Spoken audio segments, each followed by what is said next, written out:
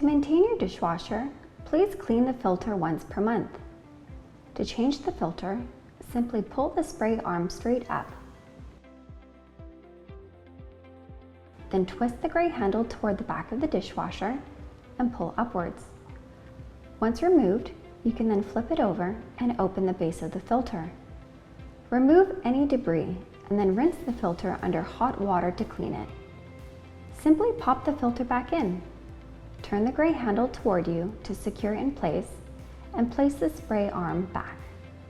To ensure your dishwasher's optimal performance, please scrape dishes before putting in the dishwasher, but do not rinse them, as new dishwashers are highly efficient and require food particles to be present to perform at their best.